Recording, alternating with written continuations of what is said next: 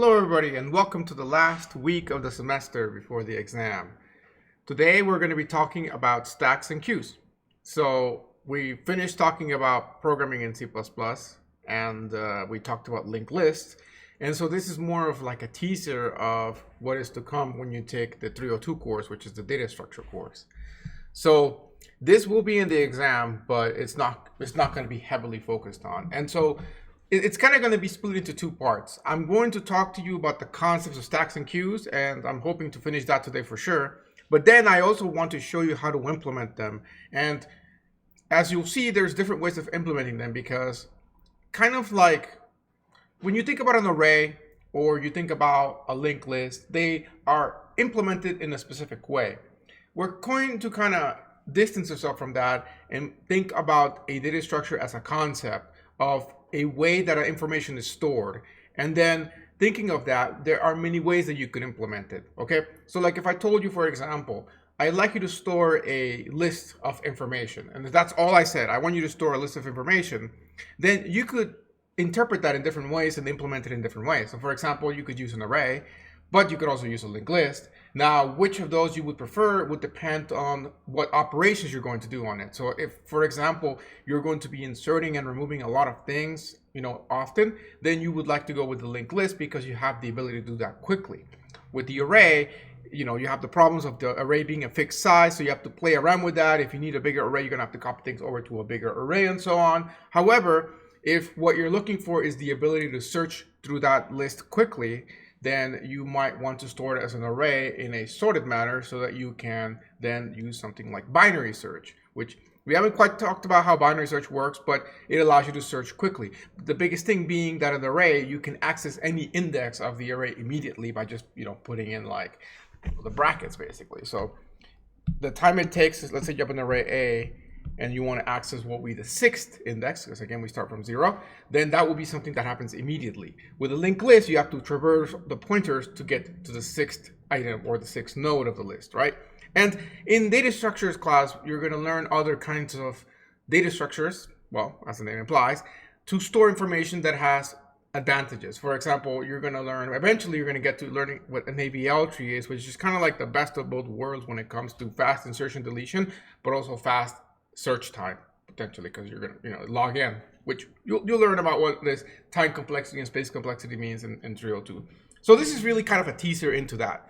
And one of the most basic data structures that everybody uses, in fact, you're using right now on your computer, because your memory is implemented as a stack.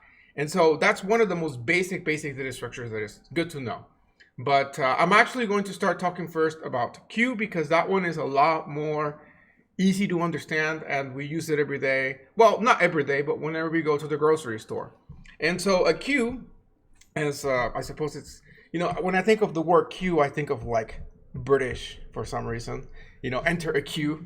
I guess because in America we use like line, or yeah, just go wait in the line. But what it means is, if you're standing in a grocery store and you're going to pay, and of course during these times I suppose there's like social distancing, so we'll try to draw that here, 6 feet apart, I suppose. But you have a bunch of people and they're all waiting to pay, right? And you have the cashier here. Maybe it's an automated cashier. How about that? Okay. So this is some grocery store. And so if you have people waiting in line and you're going to enter the line, so let's say I'm going to enter the line. Well, if you want to be proper and you don't want to be attacked by the other people in the line, then you get to the back of the line, right? So now this is me waiting in the back of the line. This system is created this way so that the person that's been waiting the longest in the line is the next person to be served. So essentially, if you get to the line first, then you're going to be the first person to get served. If you get to the line in second place, then the person in front of you is going to get served first. So we kind of have a sort of an acronym for this, which is known as Fifo, which stands for first in, first out. Also, I've heard the terms first come, first served. In fact, it almost seems like something that could be a slogan for a company. So essentially, what a queue is a system where you're waiting somewhere, and the person that's been waiting the longest will get served next. And if you enter this sort of queue, then people that have been waiting before you will get served first, and people that go in after you are going to get served after you. This is all hopefully kind of obvious when you think about a grocery store, right? But when we talk about implementing in a computer, we have to figure out how to do this. Now, there's different ways to do this. We could do this with an array. In fact, one of the popular methods is what is known as a circular array, and I'll talk about that maybe on Wednesday. And then the linked list, that is kind of easy if we kind of think about how linked lists work. So if we have a head and a tail pointer in our linked lists, and again, linked list is what we've been talking about for the last 3 weeks. So you can rewatch those videos to refresh, but we have our nodes, and our nodes are made up of 2 components. We have the data component, and then we have the pointer component. If it's a double linked list, then we have a second pointer that points to the previous one. But we don't actually need to have a double linked list to implement a queue. And so here's the tricky part about this. There's a right way, and I suppose a not so right, but also works right, I suppose, way of doing it. And so that is, if you have a head and a tail pointer, we naturally indicate arrows towards the way that we should face and walk, right? So you might think, okay, if I'm going to implement a linked list with a queue, am I going to implement a queue with a linked list? Why don't I say, okay, people entering the line are going to enter here, because it makes sense. They're all kind of facing the front of the line. So if I want to add a node to this list or enqueue someone, which would be the term for adding somebody. In fact, let me write those 2 terms. I should have started with that. I'm sorry. So when you want to add somebody to the line, we have a special term for that, which is enqueue. It sounds like enter queue. In fact, maybe that's where that came from. I don't know, but it is just a word by its own, enqueue. So if I want to enqueue, it means I am entering the line. And then when I exit the line, which only happens when I actually get served, so there's no people that give up waiting in line. Let's say you're a grocery store, unless you have some emergency, you're probably gonna wait until you pay, right? So we don't really consider situations where somebody gets out of the line. But you can implement that in your code. I'm just saying in the traditional sort of queue, there's only 2 ways that you can change the line, and that is if you enter the line with an enqueue, or if you exit the line after you get served next, which is known as dequeue. So those are the 2 operations that you want to know, and eventually that we're going to implement. So if we want to enqueue into this queue right here, which is implemented as a linked list, we have a new node that we're adding into the queue. And so this is the wrong way to do this, but this is the naive way, and I like to start with that method first. Because if I show you the right method, then this is like, well, why would you do this? So if I show you the wrong method first, and then you'll see why you might accidentally do this, and then you don't ever do it again. So you might be like, well, the arrows are pointing this way, which makes sense. When I'm waiting in the line, I'm facing the front usually. I don't think I've ever waited in a line where everybody was facing the wrong way and we were just walking backwards. It just, yeah. So I don't know. So anyways, you might be like, okay, I'm going to add it here. So then once I add it, I'm going to move my head pointer back. And that works. It's very fast to do, right? So here's the issue though. Let's say you want to remove somebody from the line. So you want to dequeue someone. Okay, well, you have the tail pointer pointing to the last item. So then you can very easily just take them out, see out the output of the node and then delete it. But then here's the problem. How do you update the tail pointer? There's no way to go back because it's a single linked list. If it was a double linked list, no problem. You just take the previous pointer, you're good to go. But with a singly linked list, that doesn't work. And so what would you have to do? Well, you'd have to use a head pointer and then traverse the entire list to find the next new last node and to get there. This will work. Like I said, it will work. However, that's a very inefficient thing to do. And again, this is more of a 302 than 202 subject, but we don't just want to get things to work. Now we're more interested in getting them to work and also them being fast in terms of time and I suppose low in terms of space that they take. Okay, so we want the best of both worlds. We want things to run really fast and take little space. You're playing a video game, you want it to run really fast, but not take a lot of space like Warzone takes or Call of Duty, right? So we want the best of both worlds, which is frankly sometimes not possible, but we can definitely try. So in this case, we have the ability to remove somebody from the queue quickly, but then to kind of point to the next thing, it's slow.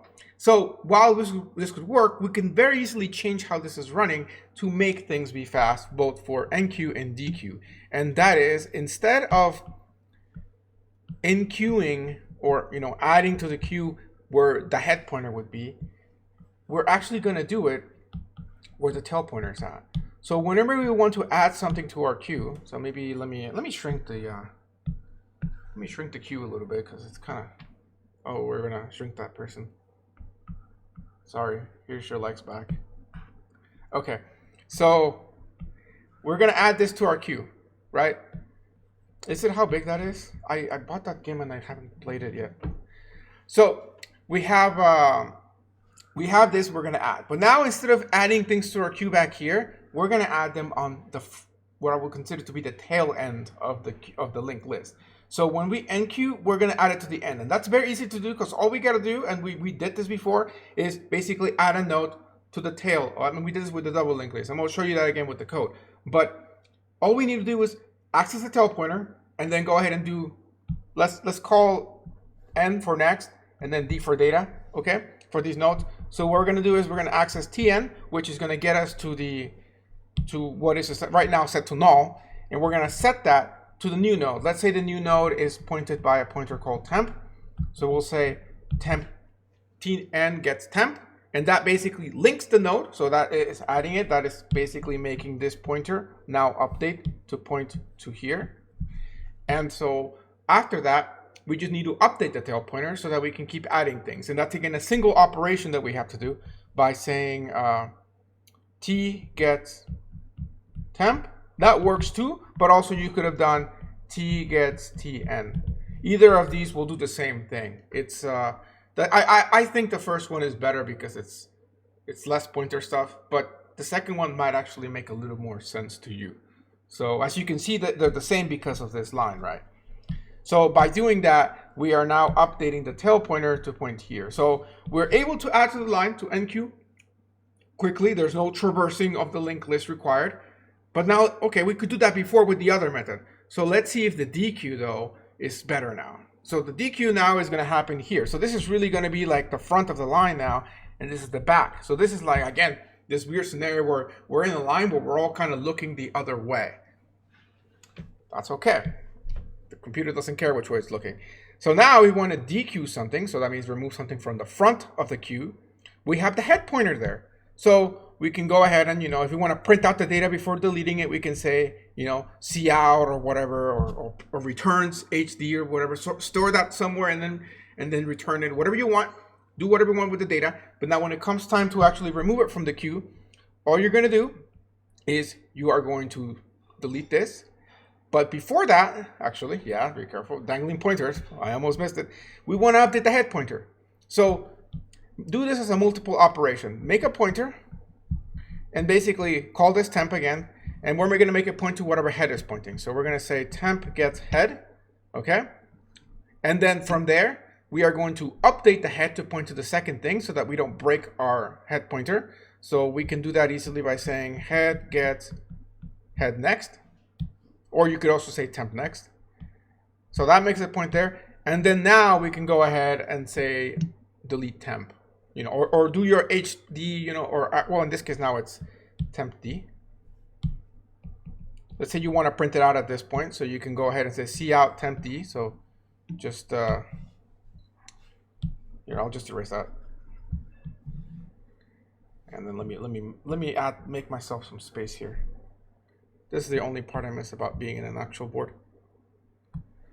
Okay, so let's say you want to C out it. So you can say C out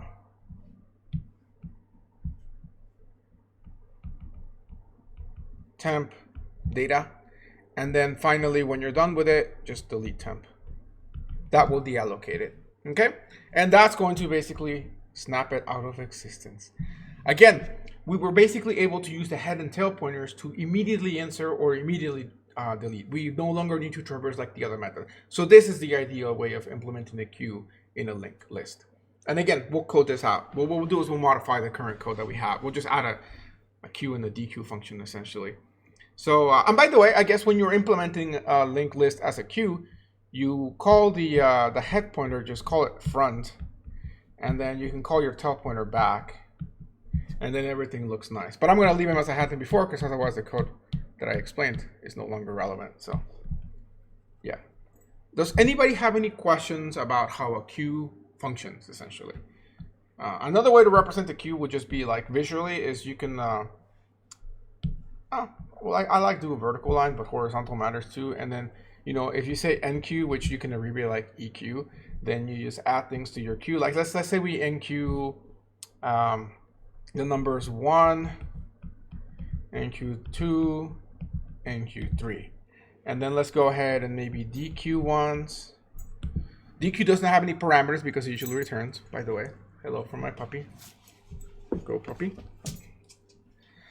And then let's say you NQ something else, 4, and then maybe DQ a couple of times. DQ, DQ, and again, DQ does not have a parameter because it returns something, right? So typically it's a value returning function. So let's just see kind of what happens with this, okay? Just so we can make sure that we're on the same page. So we're gonna NQ a 1, so we NQ a 1, we NQ a 2, we NQ a 3, we DQ something. So what we do is then we can take this out. Take out the 1 because that's the front of the queue. That was the first thing that was inserted. So as long as one has been waiting, and then we're just gonna say this is our output. And then from there, so we did all these. From there, we're gonna NQ a 4, so we can add a 4, and then we're gonna DQ 3 times. So first we DQ the 2 because that's the front. Then we DQ the 3, and then we DQ the 4. I would like you to notice that the order that things were inserted is also the order they came out with. That is normal with a queue. So if you insert 1, 2, 3, 4, and then you DQ all of them, then you're still gonna get 1, 2, 3, 4. This will change when we do the stack. Okay, so nobody had any questions, so I'm going to assume that everybody's okay. I don't know how many viewers we have. Let's check really fast. 23 viewers. Okay, so most of you guys are here. Yeah, queue is not hard, but I like to start with the easy one. Stack is not hard either, to be honest, but it is going to kind of flip things around. So let's talk about stacks. And stacks, again, is how things are stored in a computer when it comes to memory. And also, and we talked about the word stack before. Like I'm sure you've heard me talk about it. You know, when I was talking about like the stack and the heap, you know, basically being stored here. You know, we have the stack and then we have the heap, and how it grows and shrinks and things like that. Stack smashing, stack overflow, all these wonderful terms. Then we've talked about stack. So now we're actually going to talk about how that actually is implemented. So stack uses, instead of using the FIFO first in, first out method, it basically uses what is known as last in, first out method. And so the generic example that I like to give with this, that somebody offered me, so a friend of mine who is also now in the sys department as a grad student, also worked as a chef or a cook. I don't know what the right term for that is, but he said that, you know, he gave me this really cool example about buffets. And since we are in Vegas, then buffets is just kind of, well, it used to be a thing. Now I guess it's not what's happening. But okay, so let's think about, you know, if you've ever been to a buffet, or I suppose one of those restaurants where this actually works in Europe too, where they have the self-service restaurants, right? And so in a self-service restaurant or a buffet, you typically have the tables, and in the tables you see the plates, right? And so the plates are usually kind of just stacked on top of each other like this, okay? And the plates are progressively getting worse as I draw them. So maybe I'll just copy and paste these plates to add more plates here. There we go. Okay. So, and the important thing to point out from this is that at the bottom there's a spring, and so it pushes the plates to the top, right? And so the idea behind this is that, you know, it's easy to access, especially you have to like dig into the machine and take a plate out. And so as you take plates out, more come in. And then if somebody comes in with clean plates from the kitchen, who they just washed them or something, they put them on the top, right? So if you have a delivery of plates, so you know, somebody's carrying all these plates, they put them on the top here, and then, you know, this compresses the spring or whatnot, right? And so here's the catch about this. The last plate that they stack on this, so like let's say you just stack these 3 more plates, is going to be the first plate that a customer gets. So the customer is always getting the most recently washed or an added plate, right? And then let's say that the person whose job is to restack the plate went on his lunch break, okay? And so he's no longer working. Maybe he wasn't supposed to go on the lunch break, but he did. Okay? So he's no longer stacking plates. So what's going to happen? The plates are going to start getting used one by one. So maybe somebody will grab a plate, and then somebody's going to grab another plate, and maybe somebody just decides flat out to just grab 2 plates. And so what's going to happen is the oldest plates in what was stored in this stack are the ones that are going to start to be accessed. And then maybe he finally comes back from his break, you know, and he washes some plates, and he's going to bring in some plates, and he stacks them in, right? And so the next person is getting a fresh plate. Okay, but let's say that this person, you know, had an emergency and had to go home, and he can indeed hold a lot of plates. I mean, these guys are professionals, plate holders, I suppose. But so let's say that this person here, you know, he was holding so many plates that he fell down and he got injured, and then he went to the hospital. Okay, so now people are still using the plates. So, you know, those plates are being used. And finally, we get to this bottom plate. But guess what? That bottom plate, since the guy was doing such a good job, that stack was never empty. So that plate down there has been there for like 15 years or something. And finally, somebody goes and grabs it, because I guess this guy's injured, and uses it, and then they get like salmonella or some like foodborne disease, and then they die, and then they shut down the restaurant. Horrible story, everybody's sad. No, that doesn't happen, okay? I'm exaggerating. But the point that I want to make for this is that with the last in, first out, the health district comes in and shuts them down or something. What I want to point out with this is that the last plate that was put in is always the one that's being taken out, which is good because you get the freshest plate. But that also means that the plates that were first put in are kind of starved and never come out of there. Okay? So let's imagine for a second that we use a stack for a grocery store. What that would mean is that if you get in line and somebody else comes in after you, they would get served first. And it's only in a scenario where nobody else comes in that you can actually get served next. It would be horrible. It would be like literally everybody cutting in the line. So, of course, that is why we don't use stacks. However, when it comes to something like this, where you want to give the freshest item to the customer and maybe you don't care too much about older items, then you want to use something like a stack. So that's kind of why they would use the plates. Now, of course, it doesn't happen in the real world with the plates becoming old, because I'm pretty sure that at the end of the day, if there is plates in there, they probably take them out and wash them again. So don't worry, health district, do not shut the buffet down. At least that's what I think they do. Who knows? Maybe they don't, but I'm pretty sure they would. Otherwise, they would get in trouble. So anyways, that's essentially how a stack works. Another example of this is a milk rack. This is the older example before somebody showed me the buffet example. Is if imagine that that you have like a milk rack in a supermarket, and so those are usually slanted so that the milk comes out. Now normally they have the freezers here, and then people come and put them from the back, which actually becomes a queue. However, some places they don't have this freezer behind it, so they put them from the front. So if they're just kind of pushing them in from the bottom because they he can't reach all the way back, then they will be putting them here, and that would be considered a stack. Okay. Now, why do we use a stack when it comes to main memory? Again, the beauty of the stack is that if we were to not use a stack, and we have 2 types of memory, we have heap and stack. Heap is the one where you store the dynamically allocated variables that you create on the fly when you're running a program. On the other hand, the stack variables are ones that are created when the program first gets initialized. So when you start up the program, these already exist. You decide what they are at when you're coding your program, and then you compile it, and that is already defined. You can't change it. Heap variables you can change, and that's why they're so beautiful, because we can do linked lists and other really cool things with it. However, because you have to complete different types of variables in main memory, then you can't mix and match them. If you could keep 2 completely different data structures for this, or entire memory sticks for them. But the problem is that if you have a program that uses very, very little stack but a lot of heap, then you might run into a situation where you run out of memory, not because you actually ran out of memory, but because you run out of that kind of memory, right? Vice versa, you could have something that uses a lot of stack and then maybe a little bit of heap, right?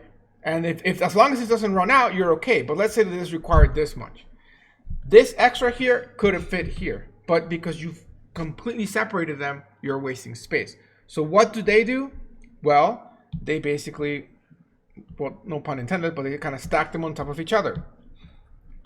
So if you got the issue with the overflow here, what I'm going to do is I take my heap, I flip it around, and I just kind of Lego it together there, like that.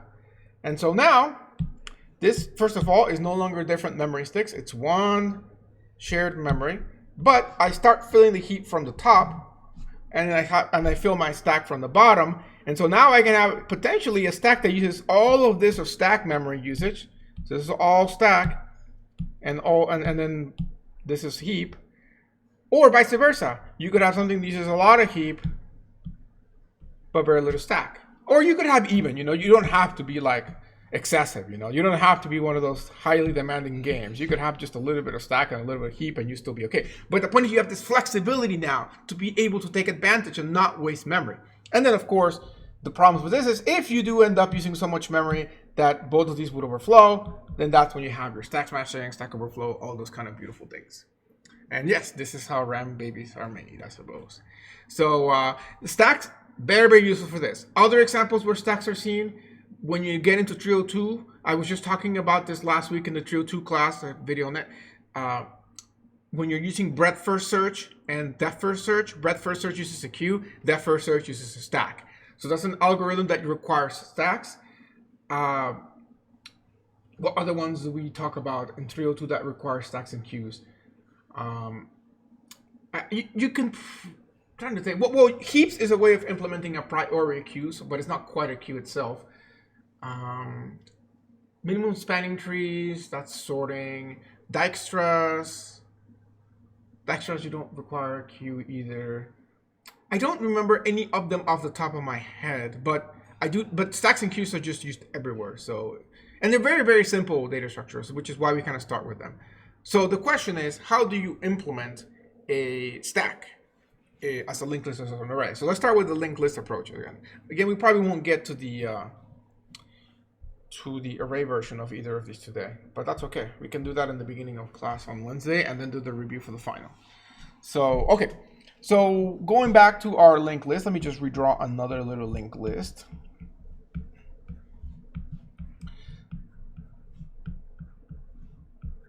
This one's actually a little bit easier, and I don't think there's like a really wrong way to do it. I mean, well, I guess there is, but it's hard to actually accidentally do it the wrong way. This one, you don't even need a tail pointer, by the way. You just need a head pointer. And so, again, we're going with the LIFO, last in, first out. And so if we want to add something to the stack, let's talk about the terminology, actually. So let's talk about what terms you use when you're adding something and removing something from the stack. You don't use insert and delete. You use two terms known as push and pop. So push and pop. Push is the insertion, which typically takes some parameter. It doesn't have to be an integer. In fact, you want to make it templated and whatnot, but I'm just kind of putting that so you know that it's insertion. And then pop is typically a value returning function, which removes something from your stack. Additional to these, you can also see something as known as top, because pop is traditionally something that removes it from the stack. So if you ever want to just look into the stack but not remove anything, you can use top or peek for that. Peek sometimes so top will give you whatever is at the top of the stack, which is the next thing to come out. Peek is the same thing, but typically can take a parameter so you can see deep into the stack. So it's kind of like peeking into the middle of it or something. You just use an index. So push and pop indexers will be LIFO. Yeah, it would be. So yeah, if you want to implement a stack with vectors, you can just pretty much use that push and pop. Yep. Yeah, I had to think about it for a minute, but yeah. In fact, that's probably why they called them that. So yeah, push back and then, well, I don't know if there's a pop. Is there a pop function? I know there's the erase function, which takes an index, but I don't remember if there's an actual pop on the vector class. I have to check that. Let me check that really quickly. Vector pop. Pop back. Yeah, pop back. Okay, there we go. So yeah, so you can use the mixture of pushback and pop back. So if you're using vectors, you can use pushback and then pop back. And then pushback takes a parameter again, whatever you want. So we'll just say some v parameter. And then pop back is value returning as well. So yeah, You want to implement a vector, or sorry, a stack with a vector, it's done pretty much for you. You just use those two functions and you call it a day. So there are, by the way, we don't really talk about them in this class, but the standard template library has a stack and a queue that you can very easily use. So if you want to use those, you can, I mean, you can't use them for, well, you don't have a homework assignment on stacks and queues, but if you want to, if you take 302, be careful about what you can and can't use when it comes to that. Because if your professor is like, yo, implement a stack, and you just go and like use the STL, then he may not be happy about that. So you want to make sure you're okay with that. But in your own projects, don't, I mean, you can, but it just seems kind of unnecessary work to implement it from scratch. You can just, you know, use those libraries. I mean, heck, just use the vector, but even better than vector, there is a stack and queue library, STL functions, and you know, everything associated to that. But anyways, so going back to the linked list. So let's say we want to insert, which is push. And so what we do is we just put it in at the head. So this is what we're going to insert. So all we're going to do is basically put it there. Let me just, let me shrink our list a little bit. Okay.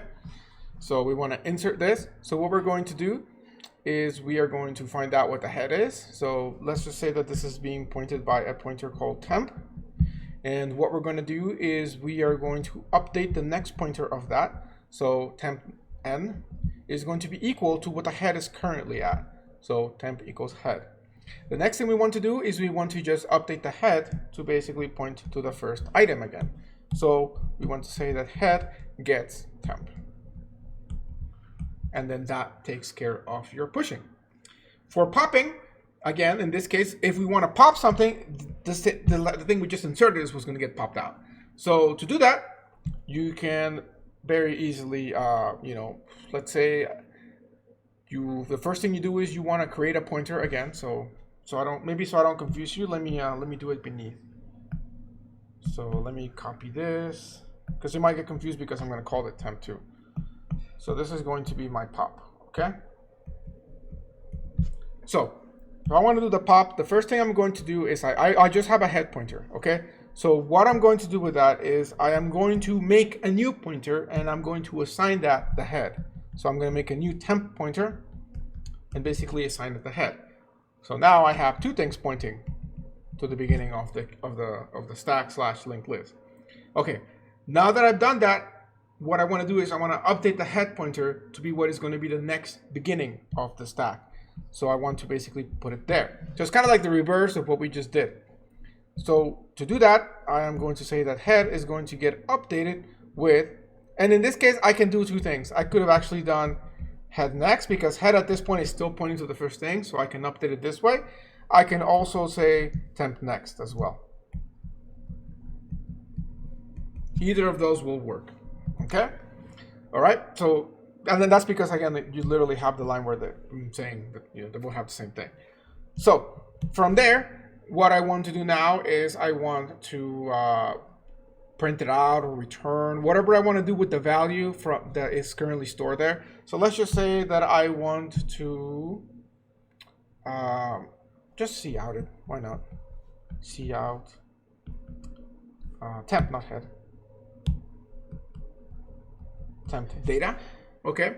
If you want to return it, be careful about that. Don't just call return there. If it's some template variable or if it's a specific type, make a temporary variable that is of that type and then store it there, in addition to the temp pointer that we have. So like, let's say that we actually wanted to return it.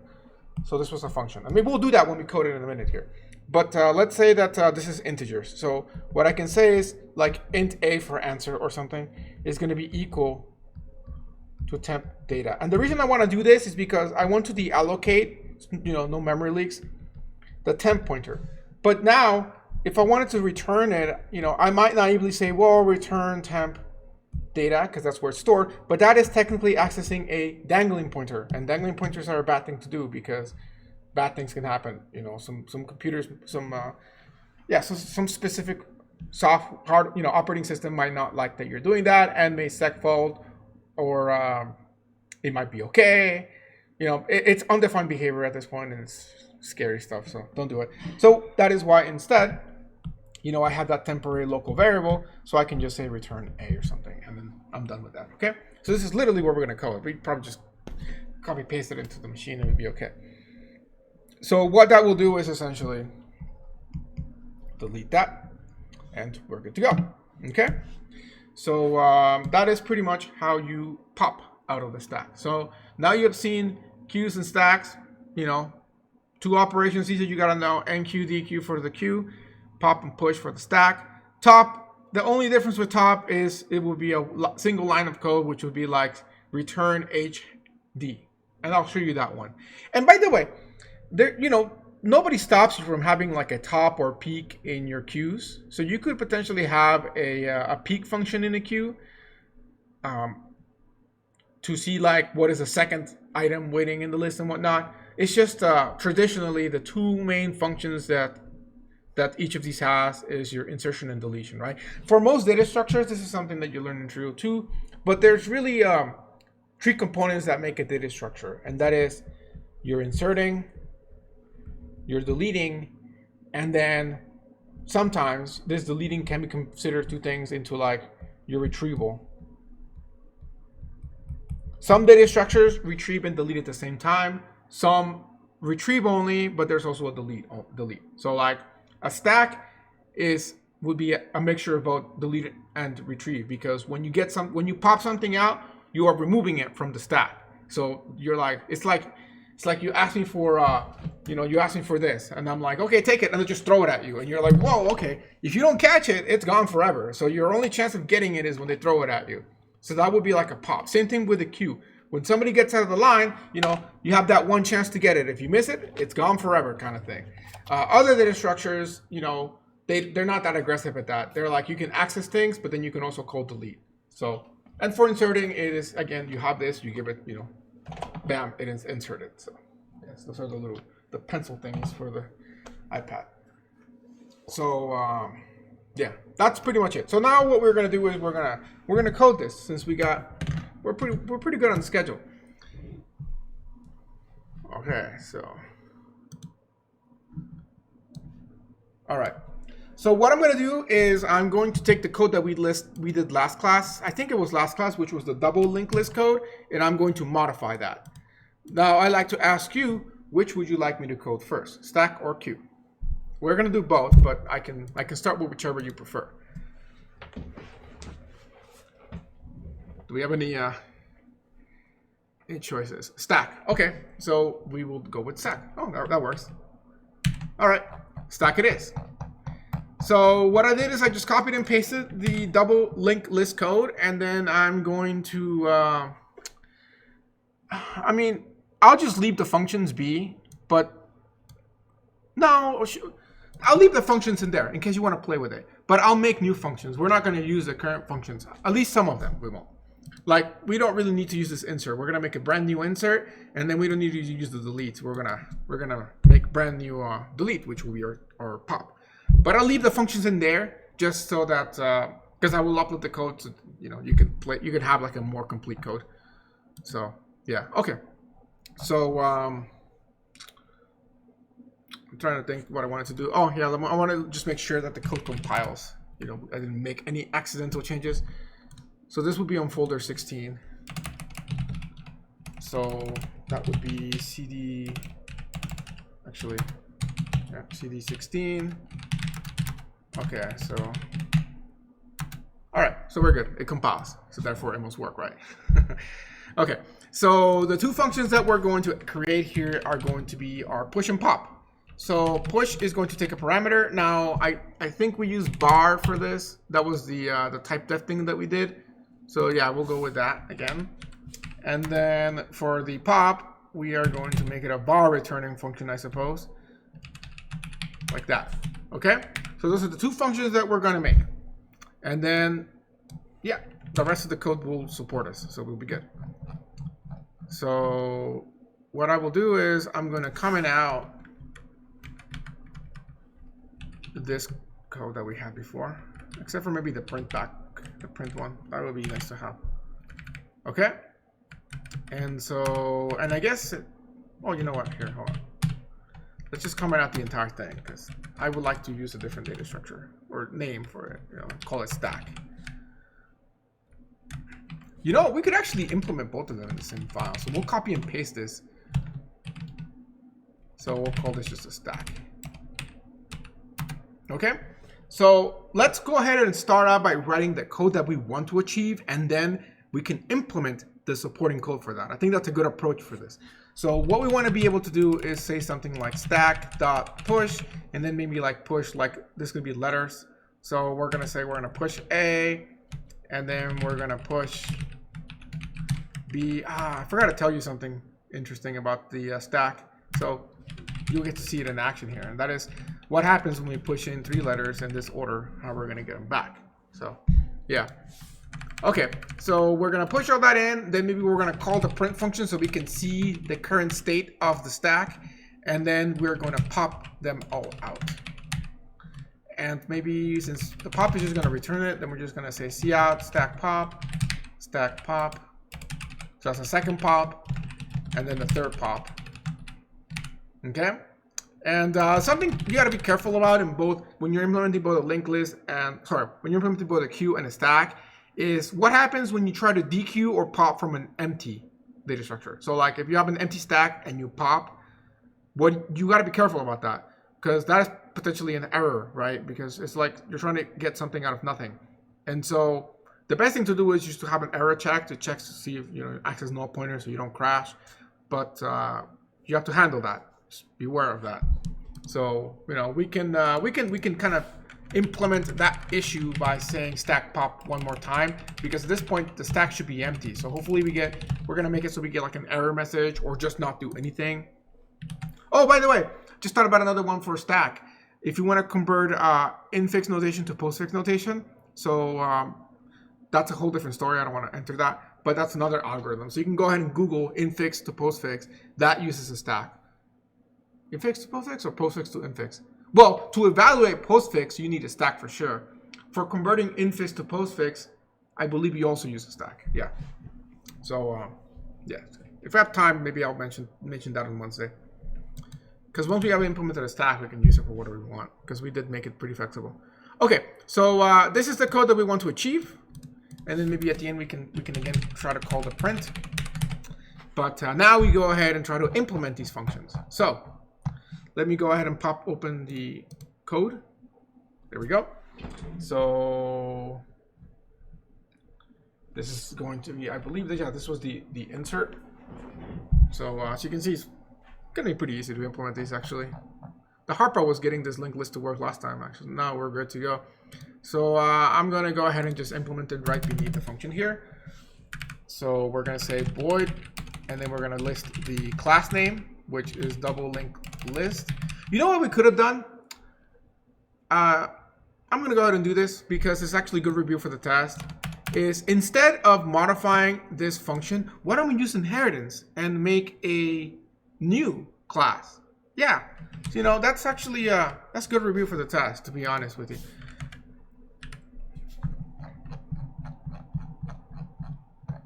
Because we haven't used inheritance in like a month at this point. So this will actually be healthy for you. It's good for you. Okay, so we're going to create a class called stack. And then this is going to inherit, and hopefully, I don't know if I made anything private. I don't think I did. But if we did, we can modify it. We're going to inherit publicly the doubly linked list class. Okay? And this is good for you. I'm really happy I thought about this. So now this doesn't have to be double linked list. It can just be stacked like that. Interesting naming convention, but just accept that. Okay, and then this has 2 pointers, and we can also have a constructor for it. And we don't really need a destructor, so we should be okay. In fact, we don't really even need a constructor for it because everything gets handled by the constructor of double linked list class. So I think we can just kind of forget about that. We do want to make this public though, otherwise this will not compile. Okay, so yeah, it should call the default constructor of that one. So okay, let's just write the function bodies and then see if it compiles. Okay, see if I'm not forgetting anything. But yeah, so now we can go ahead and say void stack push, and then var, we're gonna call data, or D for data, just like that. And then we'll leave the function empty for now, and then let's go ahead and make the other one. So that's gonna be a var stack pop that has no parameters, and then this is eventually going to return something. So for now, we are just going to, let's just add a dummy variable just to compiles. So like say var a gets a, and then just return a. Okay. So let's just see if this compiles before we add in the body of the function. Okay, it compiles, so we're good. So I wanted to make sure that we didn't do anything bad with the inheritance. Okay. So let's go ahead and implement the function now. So we are doing the push function. So what we need to do is what we shown here, which is we are going to create the node that we want to push. So let's start out with that. So we can do that by saying, so node var, is it template? Yes, because it's templated. And then I was looking up here to refresh my mind, temp.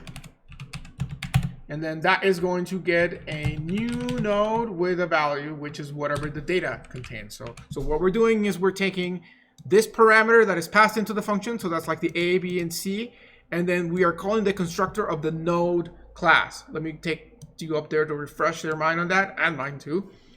We have the class node. The class node takes one parameter in this constructor, which is the data component. It initializes the next pointer to null. Oh, snap. This is a double linked list. It's okay. We'll ignore the double linked list part. The previous pointer gets initialized to null, and then the data component gets assigned to this, and then we have a print function for that. It's okay. We have our data. It is templated, and we have our pointer. So that is how the class works. We'll just kind of we'll just ignore the double linked list part when we're inheriting. We should still be okay. I mean, I could add the thing pointers. Yeah, I'll add the pointers so it doesn't break it. Yeah, why not? Okay. So anyways, we have our node that we've created, and now we are going to add it to the linked list. So what we do is we first want to update the next pointer of that, which is currently pointing to null. This is we're updating the next pointer of the new node that we're adding in. And we're gonna make that point to what the head is currently pointing at. So this is the part where I gotta find out if we made it private or not. Oh, we didn't make it private, so we should be okay on that. I do need to add the words bar in here, by the way, so that it compiles. Yeah, okay. So the head, I thought we made head private, but I guess we left it public, so that works. We could have made it protected so that we could have best of both worlds too with the inheritance. But anyways, what we've done now with this line of code, line 190, is we have linked the new node to the existing list. All we gotta do now is update the head pointer from here to here. So we can do that by saying head gets temp. Okay? We don't need to get rid of this temp pointer because it's just a pointer, local variable. It'll go away after the function closes. But what is going to stay is the dynamic memory stuff, which is the new node. So this is actually all that we would have to do. However, we do have a special situation that we have to be aware of. And that is, suppose that the list was empty when you were inserting. Okay, so let's say there was nothing on the stack and you're pushing in. If you're pushing nothing on the stack, then will this code work? Let's see. So temp next would get updated with head, which would be null at this point. So that would be okay. And then null would become this.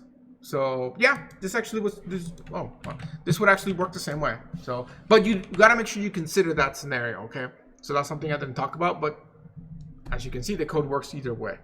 Now, the only thing that this is wonky is because this is a double linked list and we're not updating the tail pointer. So we're kind of breaking some of the functionality of our list.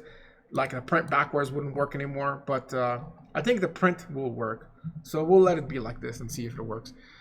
Okay, so let's do the pop. Okay, so the pop is a little more fancy, but it's this. Let me shrink it a little bit so that you can see the full code. There we go. Okay. So what we're going to do is we're going to make a temporary pointer. We did that the previous line, so we can just kind of copy that. Move the mouse out of the way. So we got node var temp, And this is not dynamic allocation. We're just making a pointer and then assigning it to the head. Now, this is the part where we gotta be careful, okay? Because at this point, the head might be null if the list was empty. So maybe we start out by putting an if statement that says, if head is equal to null, that means the list is empty. So what do we want to do there? Well, two things. First of all, we want to make sure that we warn the user. Maybe we can put a cout statement saying, warning, try to pop from empty stack. And then the second thing is, it's a little spaghetti, but let's just write a return just to get out. But you have to think about something. What are we going to return in this scenario? Like when we have to return something because it's a valid returning function, but whatever we return is wrong. So hopefully the user sees the warning, and then we just going to return like a, I don't know, let's do an X. I'm just thinking, throwing something in here. I guess, I don't know. I hopefully you see the warning, and at that point you just stop and be like, you've done bad things, you know. Well, I could if var was a string, but var is a single car. So, I mean, I can't return the entire string. I could return a pointer to the first letter of the string, which would be a very bad thing to do. But yeah, so I mean, if I change the type def here to a I don't know what the type def is at this point, but if I change that to be of a string type, then and this stack stored strings instead of cars, then yes, I could actually return the warning. But that's okay. You might want to raise an exception at this point or something. You know, if you use your exception handling stuff, you could actually, you know, throw an actual exception. So I'm pretty sure that's probably what the stack class would do, like the real stack class. But okay. So anyways, that's the error checking for the scenario when you try to pop, which we are going to test because we do have this extra pop. So we should expect to see this X in there. Okay, so the next thing is at this point we can safely assume that there's something in the stack to pop. So what we're going to do is we're going to get that. So we're going to first, what did I do there? I said head gets head next. Oh, okay. We're going to first update the head because that's what I did there first. I was going to try to get the data first, but let's go with what I wrote. So we're going to say head gets head next. What I'm doing here is I am making the head point now to the second item. That's okay because I already have temp pointing to the first one. So if you see that, I'm going to update head to point to the second node, but I already have temp pointing to the first one, so I can still access it. So I update that. And then from there, now what I'm going to do is I'm going to create my temporary variable, which I already have here, var a, and I'm going to assign to that what is stored in temp data, which is what I'm trying to pop out of the stack. Now that I've done that, I have a copy of that basically. Then I can go ahead and deallocate the node that was in the stack that I'm now popping. And then from there, all that remains is to return the local variable containing the data component of that, which is what I have here. So fingers crossed this works and doesn't crash with the print function, because it's we took a double linked list and we made it a single linked list basically. So yeah, okay, that actually worked out. So let's see the output compared to the input. So let me hide the add pad. There we go. Okay, so we are looking here and we have nodes C, B, and A, but notice that we pushed A, B, C. So this is what I forgot to tell you, but I wanted to tell you, but then I was like, no, I won't tell you because I'll just show you. And that is that when you push data into a stack and then you pop it out, if you push 3 items to a stack and then you pop them out like I did here, you get them in reverse order. So I guess one overkill usage of a stack is to reverse a list. So that's kind of cool. In fact, when you think about recursion, that is why we were using recursion to print a linked list backwards. That was singly linked list, because recursion is using the call stack, which is different than the memory stack a little bit. But the call stack is actually a stack. So recursion, when you have a function and then you have a function that calls it another function, it keeps putting them like this in a sort of a stack manner. And then when you pop them out, it goes back to the one before it. So that's how the computer knows that like function A call function B, because it remembers that. And that is using a stack data structure. So that's a big usage of stacks. So, and there's also why with recursion, you get this beauty of being able to print things backwards. So anyways, this whole stuff is from before. We don't need to worry about that. We know that works, but we can see that it printed backwards. And then we do see our little warning because we try to pop from the into stack. And you can see that in their output that, why is it, where did this come from? Stack print. This is empty. Did we, oh, I see. Ah, yeah. Ah, this is actually, interesting the way that this came out because it's going in this direction. So we are seeing that the stack is storing it this way, but when we printed them, it printed it backwards. And that's because the way that I have this here with the C outs is going from here to here. So that is why we are seeing them printed in this order when they should be in the other order. So that's kind of funny. So we can fix that by just making them like this.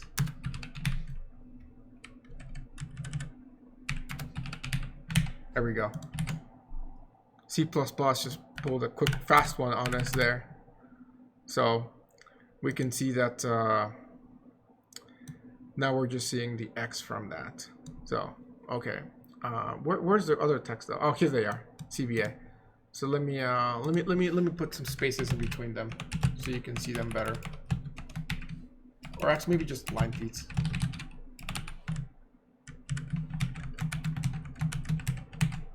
There we go. So as you can see here, we have ABC that we're pushing in, and you can see that they're stored backwards in the stack, but that's okay. And then we pop them, we see that they're popped backwards. We get the pop the C, we pop the B, we pop the A. We try to pop up again, but that is of course an error, so we get the little warning. And then we just get that random X that got popped out, which is our error, I suppose, character or something. And then we see that it says that the list is empty when we try to print.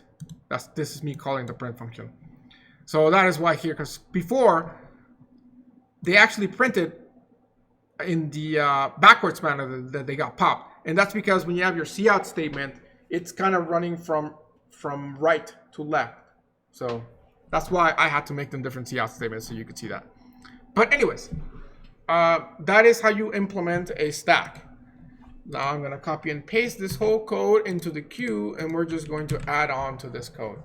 So we are going to inherit again, actually. I like the inheritance thing. It's probably the smart way to do this.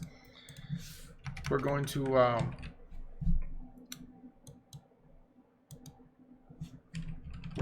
inherit again the double linked list, not the stack one. There's no point in inheriting that one. We can just inherit the double linked list again.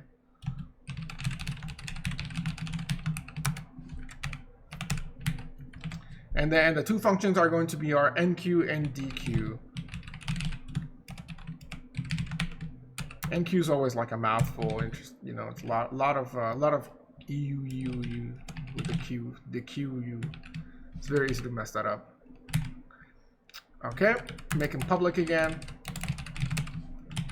And then that's it. That's all we really got to do to make that work. We're going to go ahead and comment out this code. Again, we're going to leave it in here in case you want to play around with it later. So you don't have a homework assignment on this, but it is going to show up on the test. And you may have to do a little coding on the test. The test, by the way, for this class, I think it's Tuesday, a week from tomorrow. But verify the UNLV official times, and you get 2 hours for it. But make sure that you're aware of that so you don't have like conflicting stuff. You just shouldn't have one, because that's why they do this massive like high technology scheduling system. They probably use a queue or stack, who knows. Okay, so again, let's start out by writing the code that we want to test. So frankly, we can pretty much do the same thing we did before, but in this case, we are going to just use enqueue and dequeue and then insert those 3 letters again.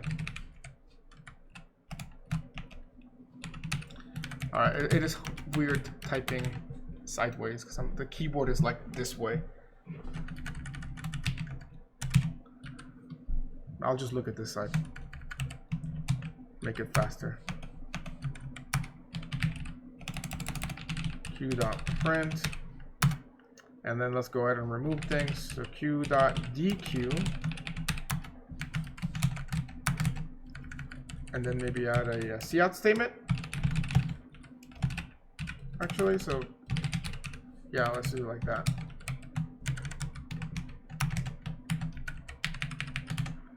Q, DQ, end line, and then maybe one more print. Again, we can do the same thing we did before, which is that error checking. So maybe let's call DQ one extra time.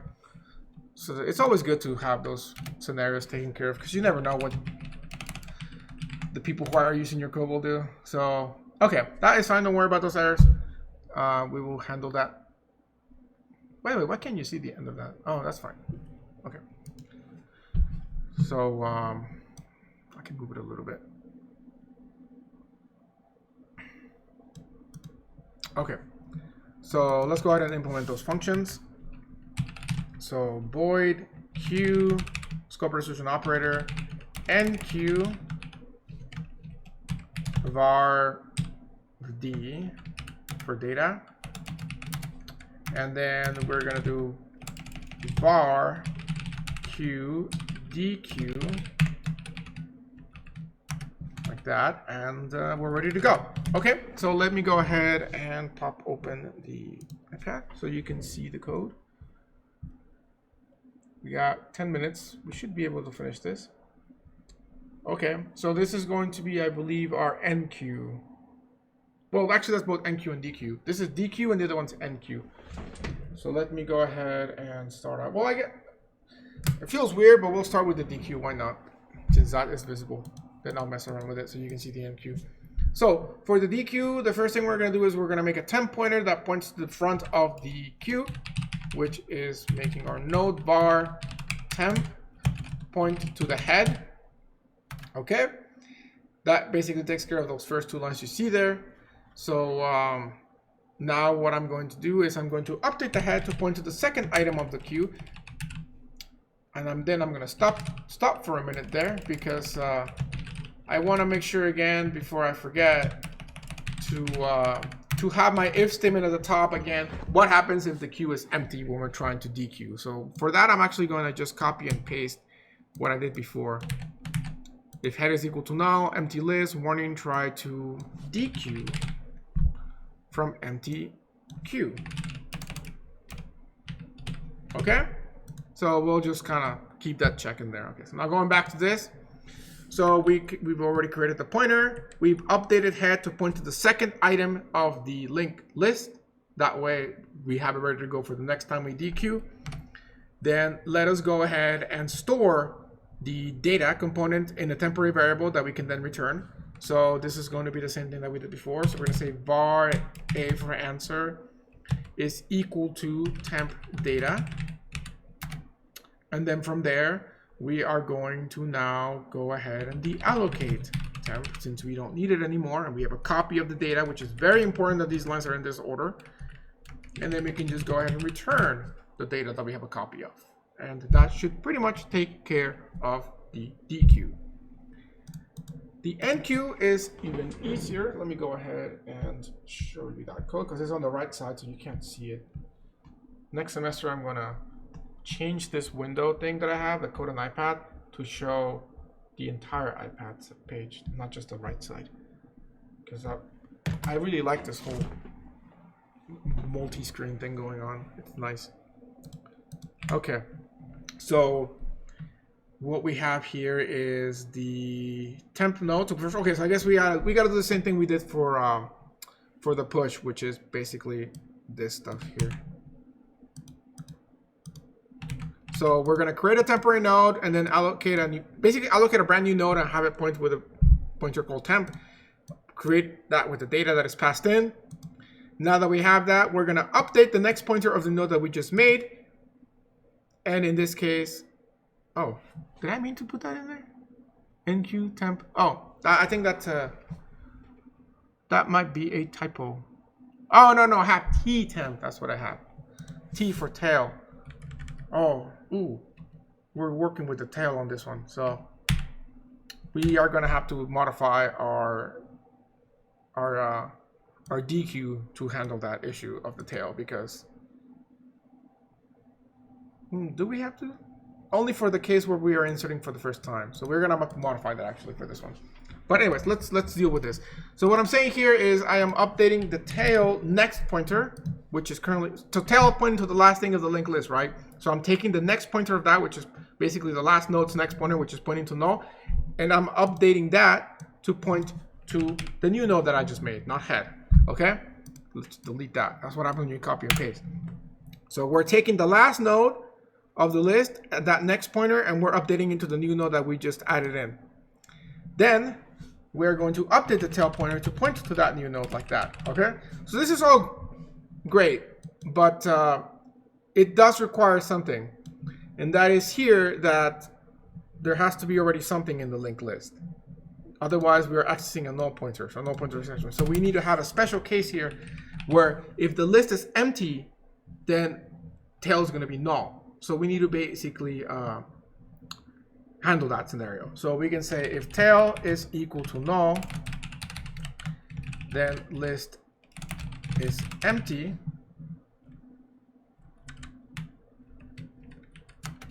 And what we want to do there is we want to basically, here, let me move this above it, like that, and then put this in the else clause of that.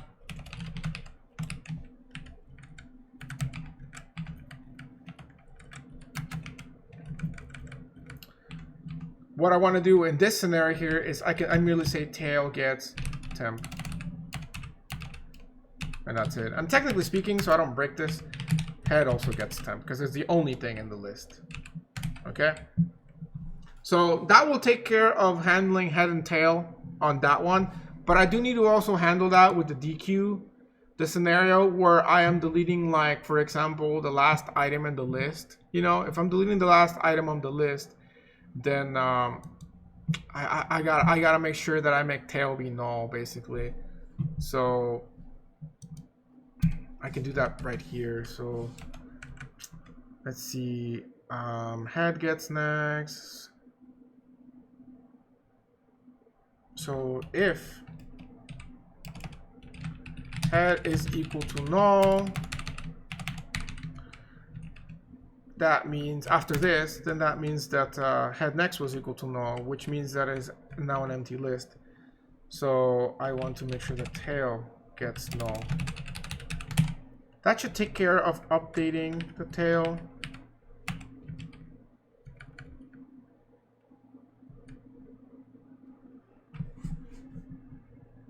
Yeah, I think this should be good. I didn't think about that. All right, we'll see. Okay, so I think it's good, but there might be a bug in here. I will not guarantee that it's good, but it is working, so that's a nice thing. Okay, so let's take a look at what we did here. So we went ahead and enqueued ABC, and then we printed out. As you can see, there's ABC in the storage there, different than the CBA that we saw with stack. And then from there, we are dequeuing them, and we see ABC, so the same order they came in, versus a stack where you can see that we basically got CBA out of that. Okay, now you might be like, well, CBA is the same order here. That's because the things are stored differently. But the point is that based on what we put in versus what we got out, here we got them out in the same order. Here we got them out in the reverse order. Okay, so that's how you know that this is working. And then of course we do have our warning working, which doesn't break the code, and the warning that the list is empty as well afterwards. So there you go. We have implemented a stack in a queue using a linked list. Next time we can go ahead and try to implement them using an array. And there is a trick to implementing them, at least a queue using an array, which is a circular array. So that'll be something interesting. But anyways, for the last 2 minutes of class, I would like to talk about something quickly here. That is that the ABIT accreditation assessment is now available, or it will be at 2:30. And what that is basically it's kind of like a practice final. So the way it works with ABIT is that every year they come to, not every year, but every like X amount of years, certain people from like other universities will come to us as part of like a group of people or universities. and they want to make sure that our program is like up to standard. They want to make sure you guys are getting like a legitimate education. So they look at things like the classes, the topics, how people are doing in the classes. They look at like the scores and whatnot. And one of the things that they do is they want to look at these assessments. So at the end of each class, they give you a test. Now this test does not count for your grade. So you get a completion grade for doing it, but it doesn't matter if you do good or bad on it. But what it is, it's like a mini final exam. There's 20 questions. They're multiple choice. You have limited amount of time to do it, and then you just do your best. And you want to do good for two reasons. One of them, it's a good practice for the final. See where you're like missing some stuff in terms of studying. Then you can study that for the final. But two, you want you to look good, because if you're at UNLV, you're there to get a degree, right? And you want your degree to be like good and be valuable. So you want us to pass these accreditations, right? Otherwise, they're like, oh yeah, we failed the accreditation. We have not failed ever the accreditation. I mean, they just came like a year ago when they said everything was great, and they're like, wow, you guys are doing really good. But that can always change if we don't keep up. So yes, show them what you learned. So anyways, everybody gets to do this test. Like, it's not just my section, so we are able to compare and see whose section's better or something, I guess. But yeah, so go ahead and take that. You have, I think, until December 2nd, midnight, to do it. And it should take you about 20 minutes to do it. But yeah, it's open notes. But, again, you will benefit from trying, because you'll see what you need to study. And don't feel bad if you get something wrong either. It's good, because that means you know what to study now. Okay? In addition to that, you know what? I have it due. I might move up the deadline to it, because I have it due December 2nd at midnight. But if I'm gonna make it due before class time, so I'm gonna make it December 2nd at 1 p.m. because then we can talk about it in class time. So if anybody has any questions on it, like what the right answer was, or why you got something wrong, then we can actually talk about it. So yes. So yeah, I'll do that. So I'm gonna move up the deadline. So just FYI for that. You still have basically today and tomorrow to do it full day, and then Wednesday in the morning. But then we can actually review, because that's the thing. The answers will be locked, and I was going to unlock them after the deadline. But the problem is, if I do that, then you don't. I mean, you can ask me. You can email me questions, but then you're not gonna I can actually do the problems here. So I'll do that. I'll go ahead and do that. So the results will be locked for everybody, but I will unlock them after it's due, and then we can go over it in class, basically.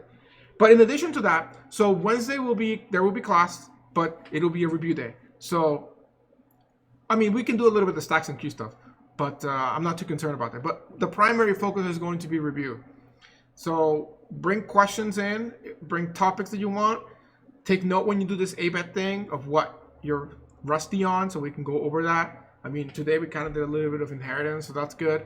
So yeah, just bring in the list of things, and then otherwise I will talk about the test a little bit and do review and whatnot, and we'll be good to go. But yes, that is the plan for Wednesday's class, okay? And that'll be the last class. After that, you have your exam, which again, I believe the exam is on Tuesday, December 8th, I believe. And it's a 2-hour gap time. I don't remember. I think it's from 1 to 3 p.m., but don't quote me on that. I did post on Discord a time sheet, but you can just Google like UNLV final exam schedule and then look at the class time, which is 1 to 2:15 technically, and that's the gap of time. So we'll probably do like a buffer of time between those, like half an hour before, half an hour after, something. But that is the plan. Okay. So all right, that's the class. Hopefully you learn stacks and queues.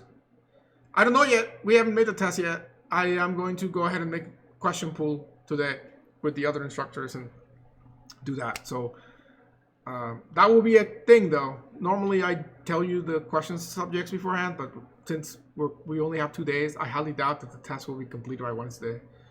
Are you gonna have 135 questions? I doubt it. You shouldn't, but then again, things flow. So I mean, I guarantee you're coding an if statement in the test, right? That's 135. So I guess in that sense there will be, but it's not going to be targeted at that. The target of the test is going to be primarily focused on the ladder content, so like linked list and maybe a stacks and queue question.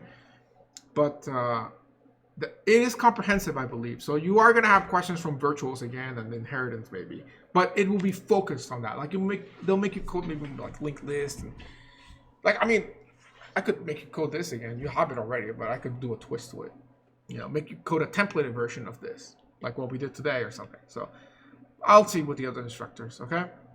But yeah, anything else? Okay then. I don't see anybody asking anything else. So I'll see you guys on Wednesday. And now I got to prepare for teaching Dijkstra.